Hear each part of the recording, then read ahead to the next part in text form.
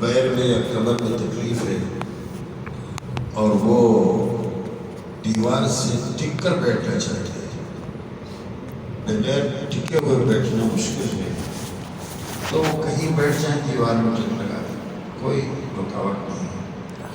لیکن جو لوگ مضبوط ہیں اور جنہیں عذر نہیں ہے، ان کو پورے ادب اور احترام کے ساتھ جہاں تک ہو سکے 3 صفوں کے اندر بیٹھنا چاہیے۔ پہلی صف، دوسری یا بہت سے بہت تیسری، کوشش کرنا چاہیے تیسری صف۔ اگر کوشش کے باوجود تیسری صف نہ ملے تو پھر چوتھے کا نمبر۔ ایسا کیوں ہے؟ نبی پاک صلی اللہ علیہ وسلم نے ایک دعا فرمائی ہے، اے اللہ پاک صف اول پر رحمت نازل فرما، اللہ و اس کے فرشتے یصلون علی الصف الاول، پہلی صف والوں پر رحمت نازل کرتے ہیں، رحمت کی دعا کرتے ہیں۔ تو پہلی صف والے دعا کیوں مستحق ہے؟ بہت صحابہ نے پوچھا، تب فرمایا دوسری، 2-3 بار پوچھا تب فرمایا حضور نے اچھا تیسری پر بھی اللہ اور اس کے فرشتوں کی رحمت ہو تو حضور کی دعا کا مستحق بن جائے گا آدمی۔ پہلی دوسری صف میں آنے سے اس سے بڑی سعادت کیا ہو؟ ہمیشہ کوشش کرنی چاہیے پہلی دوسری صف مل جائے، اگر نہ مل سکے تو تیسری، اگر نہ مل سکے بہت بھر گئے تو چوتھی میں ارادہ کریں۔ تو مسجد کے آداب میں یہ 2 چیزیں خاص طور سے ہمیشہ کسی مسجد میں دنیا میں جائیے تو اپنے ذہن میں یہ 2 باتیں ضرور رکھیے کہ مسجد میں آنے کے بعد 2 رکعت نماز پڑھنی چاہیے اور ہمیشہ کوشش کرنی چاہیے کہ پہلی دوسری صف میں پہنچ جائیں۔ اللہ تبارک و تعالیٰ عمل کی توفیق نصیب فرمائے۔ بات یہ چل رہی ہے کہ حج کا مہینہ ہے تو حج کا کے مسائل معلوم ہو جائیں۔ بہت سے لوگوں کو غلط معلوم ہے اور بہت سے لوگ معلوم ہی نہیں کرتے ہیں، اس لیے مسئلہ تو معلوم نہ کریں تو یہ گناہ اور ہے، اور معلوم ہو اور عمل نہ کریں تو بھی گڑبڑ ہے۔ تو دونوں باتوں کی ضرورت ہے، مسئلہ معلوم کرنا بھی چاہیے، سیکھنا بھی چاہیے اور سیکھ کر عمل بھی کرنا چاہیے۔ بعض لوگ ایسا سوچتے ہیں کہ اگر ہم کو معلوم ہی نہیں ہوگا تو کیا ہے، زیادہ چکر میں نہ پڑو، اسے بچے رہیں۔ بچ نہیں سکتے، 2 گناہ ہو جائے گا، ایک معلوم نہ کرنے کا، دوسرے عمل نہ کرنے کا، 2 گناہ ہوگا معلوم نہ کرنے سے۔ اس لیے معلوم تو کرنا ہی چاہیے کہ میرے اوپر حج فرض ہے کہ نہیں۔ بہت موٹی موٹی کچھ چیزیں ذہن میں آتی ہیں، اب جب لوگ پوچھتے ہیں تو میرا ذہن کھلتا ہے۔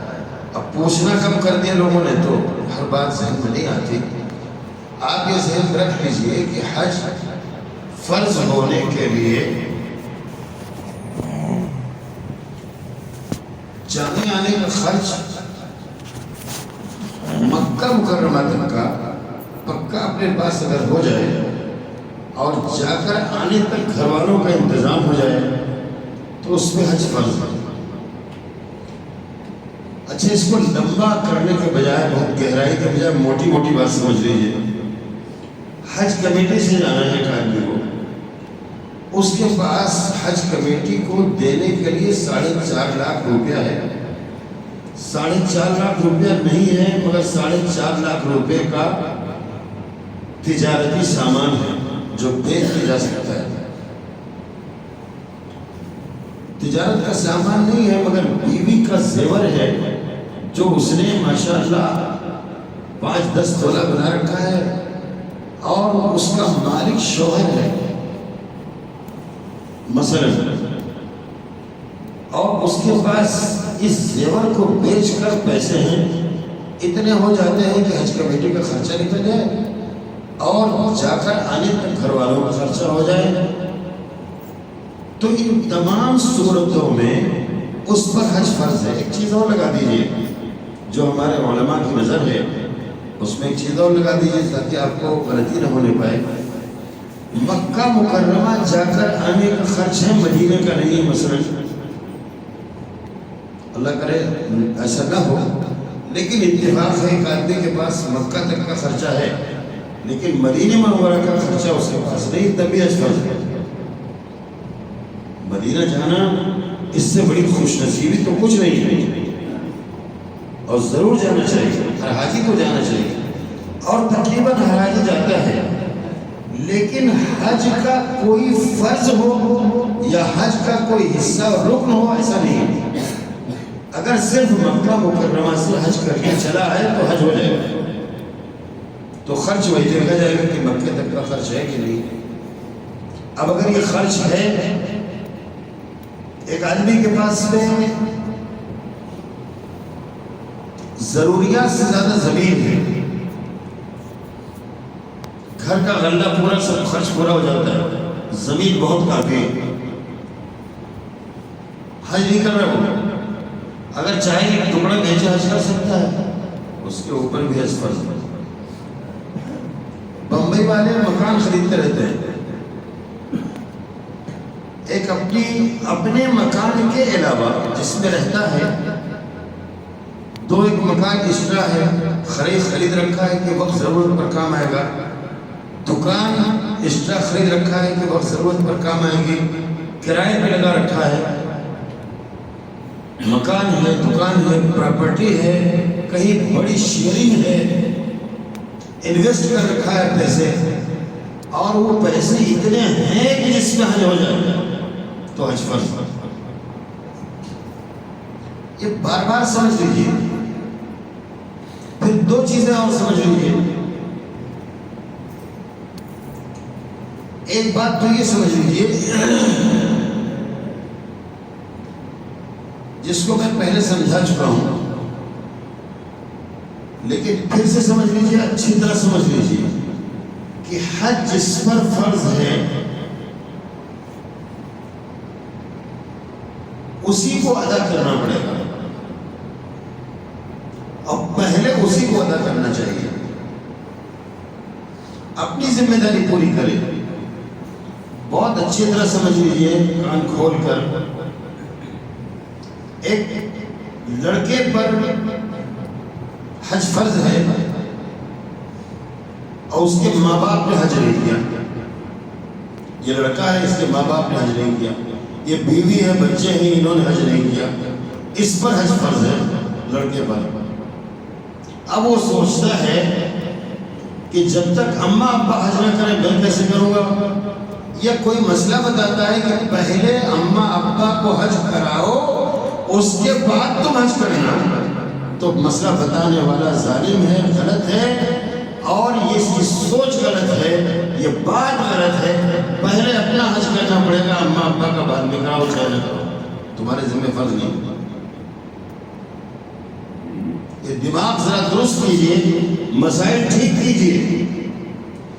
اس پر حج فرض ہے، یہ سوچتا ہے کہ ابھی کیا کروں، حج بیوی بچے اولاد سب کے ساتھ حج کروں گا، ابا بھی جائیں، اماں بھی جائیں، بیوی بھی جائے، بچے بھی جائیں، پورا قافلہ حج کرے گا، تب جاؤں گا، ابھی حج پہ نہیں جاؤں گا۔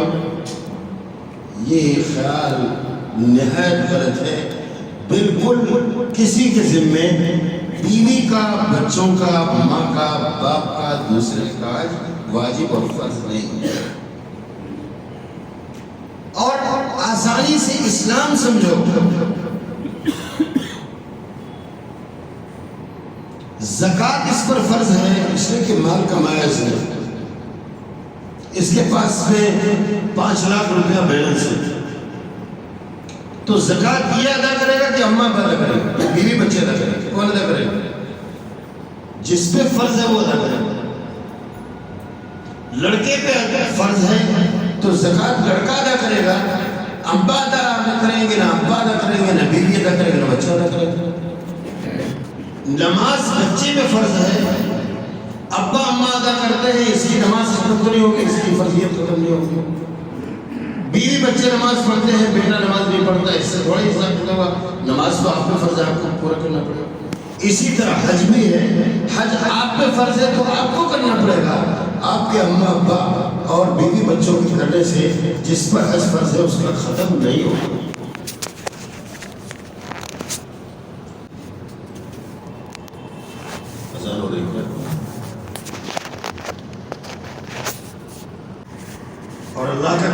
افضل احسان اور شکر ادا کیجیے کہ آپ کو ہر بات بہت تفصیل سے سمجھاتا ہوں.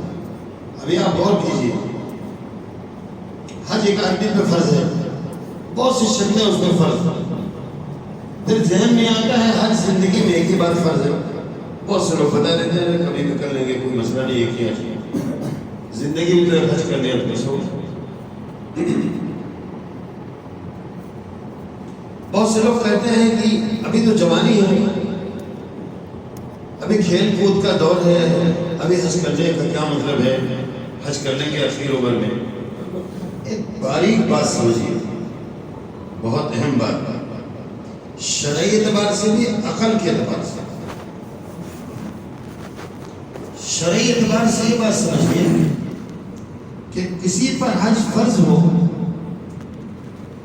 اور وہ نہ کرے، لیٹ کرے،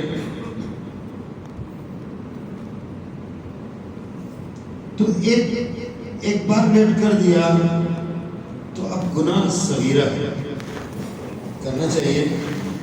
لیٹ کر دیا تو گناہ تو شروع ہو گیا، گناہ صغیرہ. ایک سال اور لیٹ کر دیا، 2 سال 2 بار لیٹ کر دیا، گناہ صغیرہ ہے. تیسری بار نہیں گیا تو گناہ کبیرہ. اب گناہ کبیرہ ہے. گناہ کبیرہ کس کو کہتے ہیں؟ گویا آپ نے اتنا بڑا گناہ کیا ہے کہ آپ جھوٹ بولے، آپ نے نماز چھوڑی، آپ نے کسی کو گالی دی، اتنا بڑا گناہ ہو رہا. اب وہ گناہ بڑھتا چلا جائے گا. اس زاویے سے غور کیجیے، صغیرہ سے کبیرہ ہو جائے گا. پھر ایک مشکل یہ ہوگی کہ اگر خدا نخواستہ اس 2-3 سال لیٹ کرنے میں حالات بدلتے رہتے ہیں، کبھی پیسہ غائب ہو گیا، ادھر پیسہ تھا اور ادھر جا کے کچھ مسئلہ پیدا ہو گیا. کل ایک بزرگ سے ملاقات ہوئی، ایک صاحب سے ملاقات ہوئی، بہت مجھ کو بہت تکلیف ہوئی. میں کیا بتاؤں آپ سے، اللہ پاک کے حالات درست فرمائے. اتنے اچھے آدمی کہ پورے ملک کے لوگوں کو پیسہ بانٹتے ہیں، مدارس کو، علماء کو، مساجد کو، کروڑوں کے مالک. کل آ کے جب انہوں نے جملہ کہا ہے کہ مفتی صاحب میں اب لوگوں کا ضرورت مند بن گیا ہوں، مجھ کو میں حالات سے واقف تھا، مجھے برداشت ابھی بھی نہیں. کیا بتاؤں، انہیں آپریشن کرانا ہے، اس کے پیسے نہیں. کروڑوں کے مالک، لوگوں کو لاکھوں کے حساب سے پیسہ دینے والے، رو پڑے آتے ہیں. کیا کریں بولو. ایک آدمی حج فرض ہے اور نہیں گیا حج کرنے، اور خدا نخواستہ 1-2 سال میں پہنچ گیا ایک دم زیرو میں، کیا ہوگا پھر؟ وہ حج کی فرضیت ختم نہیں ہوگی. مصیبت سر پہ ہوگا، وہ فرضیت ختم نہیں ہوگی. خرچہ چلانے کا پیسہ نہیں، حج اوپر سے فرض ہے، کہاں سے کرو گے؟ اور نبی پاک صلی اللہ علیہ وسلم نے ارشاد فرما رکھا ہے، حضور کا سامنا کیسے ہوگا؟ آپ نے فرما رکھا ہے کہ اگر حج کرنے کی طاقت تھی، پیسہ تھا، جسم مضبوط تھا، کر سکتے تھے، اس کے باوجود حج نہیں کیا تو میرے سامنے مت آنا، یہودی نصرانی بن جانا. جاؤ تمہاری ہماری کوئی ذمہ داری نہیں. فلیمت انشاء یہودی و نصرانی، یہودی نصرانی بن جاؤ. اگر تم حج نہیں کر سکے، تم نے اتنی بڑی غلطی کی، حضور کے سامنے کھڑے کیسا ہو؟ اتنا سخت نہیں ہے. تو آپ غور فرمائیے کہ اگر لیٹ کیا تو یہ مسئلہ ہماری مصیبت پر گلے میں پھنس سکتا ہے. دوسری بات سن لیجیے اور نوٹ کیجیے، اسے یاد کیجیے، دماغ چلائیے دیکھو اگر نماز ظہر قضا ہو جائے، لیٹ ہو جائے، ابھی نماز ظہر اتفاق سے کبھی لیٹ ہو گئی، ماشاءاللہ جمعہ تو سب کو مل ہی جاتا ہے، بڑا بدنصیب ہوگا جس کو جمعہ نہیں ملے، لیکن اگر ظہر کی نماز کسی کی لیٹ ہو گئی تو اس کو پڑھنے کے لیے کتنا ٹائم چاہیے؟ جیسے موقع مل پڑھ، عصر سے پہلے پڑھ، عصر کے بعد بھی پڑھ سکتا ہے، لیکن قضا تو کرنے کا فوراً۔ رمضان کے روزے رہ گئے، اتفاق سے نہیں رکھ سکا کسی بیماری اور عذر کی وجہ سے، اس کی قضا شوال میں کر لیں، فوراً رمضان کی فوراً بات کر لیں۔ لیکن اگر حج رہ گیا اور نہیں کیا تو مکمل 1 سال کے بعد آئے گا نمبر آپ بچ کر، 1 سال انتظار، بیچ میں تو حج آپ کریں گے، حج کا تو ذکر بتائیے نہیں، اس سال میں ایک ہی بار چانس ہے، 1 سال تک زندہ رہنا ضروری ہے۔ اگر خدا نہ خواستہ اجل آئی اور لبیک ہو گئی تب کیا ہوگا؟ اگر کہیں خدا نہ خواستہ نوجوان چلتے پھرتے اچھے خاصے لوگ آج کل ایسا چلے جاتے ہیں کہ آدمی سنا رہے تو پتہ ہی نہیں چلا کیسے چلے، ایسے ماحول میں آدمی 1 سال کے لیے حج کو ملتوی کرے، کون سی گارنٹی ہے آپ کی؟ یہ کتنی بڑی غلطی ہوگی۔ تو دماغ سے سوچئے، شریعت سے سوچئے، کسی اعتبار سے حج فرض ہونے کے بعد لیٹ نہیں کرنا چاہیے۔ ابھی میں نے شاید سنا ہے آپ کو، اللہ مغفرت فرمائے اپنے ستار بھائی کی، سلیمان عثمان مٹھائی والا، اس کے مالک عبد الستار، اللہ ان کی مغفرت فرمائے، انہوں نے فجر کی نماز پڑھی، باجماعت پڑھی، معمولات پورے کیے، چارپائی پہ جا کے لیٹ گئے، اور لیٹ کر کچھ تسبیحات معمولات پورے کر رہے ہوں گے، کر چکے، تو ان کا پوتا ان کا چشمہ اتارنے کے لیے آیا کہ چشمہ اتار لیں، اور دادا کروٹ ہو کے سو جائے، آرام سے 1 آدھ گھنٹہ آرام کریں، بہت دیر سے جا کر پوتا چشمہ اتارنے آیا تو دادا ختم، پوتا گھبرا گیا، کچھ تو آج دادا بول نہیں رہے، گھر والوں کو جلدی سے بلایا تو معلومات دادا رخصت ہو چکے، کچھ بھی نہیں، کسی کو خبر ہی نہیں کیا ہوگا، کب انتقال ہو گیا کسی کو پتہ نہیں چلا۔ آج کل موت اس طرح رہی ہے، ایسے حالات میں آدمی حج کو ملتوی کرے، لیٹ کرے، ابا پر چھوڑے، اماں پہ چھوڑے، بیوی بچوں پر چھوڑے، اور مؤخر کرتا چلا جائے اور خدا نہ خواستہ موت آ جائے تو کیا ہوگا؟ ایک آخری بات،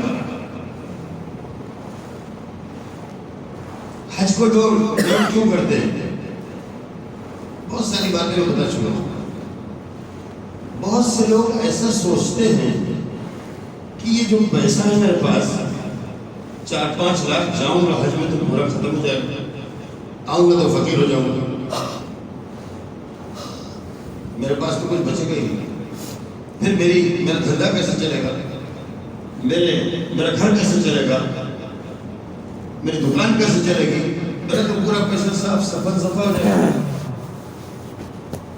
کیا بتاؤ میرے عزیز دوستو، پتہ نہیں ہمارا اسلام سے کتنا تعلق ہے اور ایمان ہمارے اندر کتنا ہے۔ ایک بار آزما کے دیکھ لو، میں نے آزمایا ہے، آپ بھی آزما کے دیکھ لو۔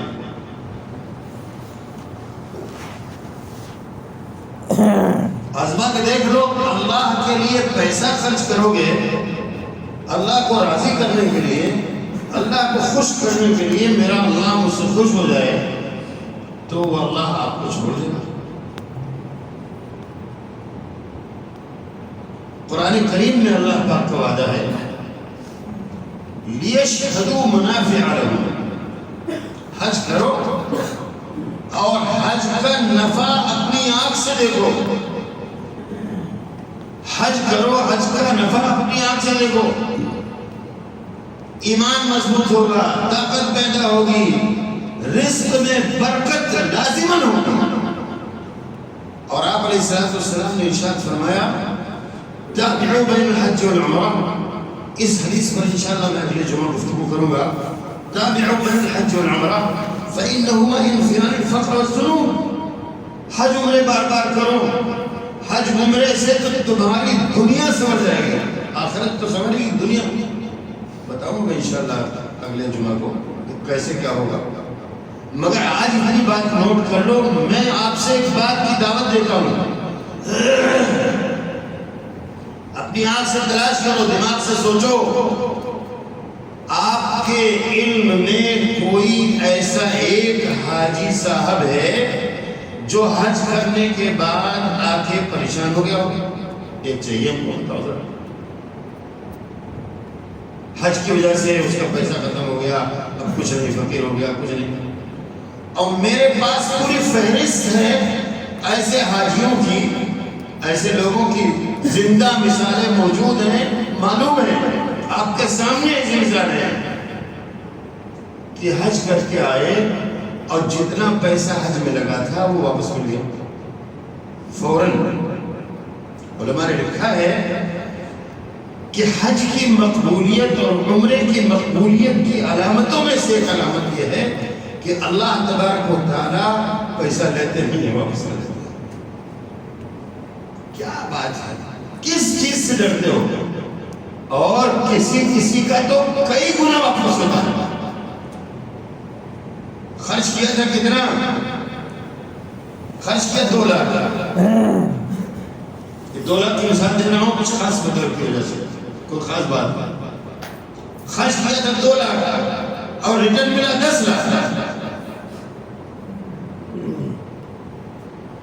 کہاں سے آ گیا؟ کس نے بھیجا؟ اللہ کی ذات تو بے نیاز ہے میرے دوستو, کھلانے پلانے دینے والی تو خدا کی ذات ہے. اس لیے اگر اس سال آپ حج نہیں کر سکتے اور کسی پہ حج فرض ہے, اپنے آپ کو آپ نے اس بیان کے مطابق سمجھا کہ میرے اوپر حج فرض ہے, اور اس سال آپ حج نہیں کر سکتے اس لیے کہ اب ٹائم نہیں, تو ابھی سے ارادہ کیجئے کہ انشاءاللہ اگلا حج نہیں چھوڑیں. ارادہ کیجئے, اللہ سے دعا مانگیے اور حج کی تیاری کیجئے. اہم فرض ہے اور سب سے زیادہ اس میں لوگ لیٹ کرتے ہیں اور لوگ توجہ نہیں دیتے اور 10 باتیں کرتے ہیں. میں نے گزشتہ ایک بات کہی تھی, اسی کو تھوڑا سا اور سمجھ لو, بات ختم کر دیتا ہوں. شادی بیاہ اور دوسری الجھنیں گھر بار یہ کبھی ختم ہی نہیں ہو سکتی, کبھی ختم نہیں ہوگی. اور یہ شادی بیاہ کا خرچہ غیر شرعی ہے, شریعت کا خرچہ نہیں ہے, اسلام کا خرچہ نہیں, مسلمان کا خرچہ نہیں ہے. اگر آپ ولیمے کی دعوت دیں, 5 بچوں کو کھانا کھلا دیں, 8 کو کھانا کھلا دیں, فقیروں کو کھانا کھلا دیں, ولیمہ ہو گیا آپ کا. 10 لاکھ کو خرچہ کرتے ہو. حج کرو شوق سے, ولیمہ نہ کرو. شادی میں تو آپ کو پیسہ کھٹنا ہی نہیں ہے اور حج کے لیے پیسے نہیں, اور شادی غیر شرعی خرچ ہے اور حج اللہ کا فرض ہے. اس میں جتنا خرچ کرو گے ریٹرن ملے گا, اور اس میں جتنا خرچ کرو گے سوال ہوگا کہ خرچ کیوں کیا. مشکل ہے. اس لیے ایک ایک چیز اچھی طرح سمجھو اور سمجھ کر کے ارادہ کرو. اللہ تبارک و تعالی ہمارے لیے اپنے احکام کی تمام احکام کی پاسداری اور حفاظت کی توفیق نصیب فرمائے.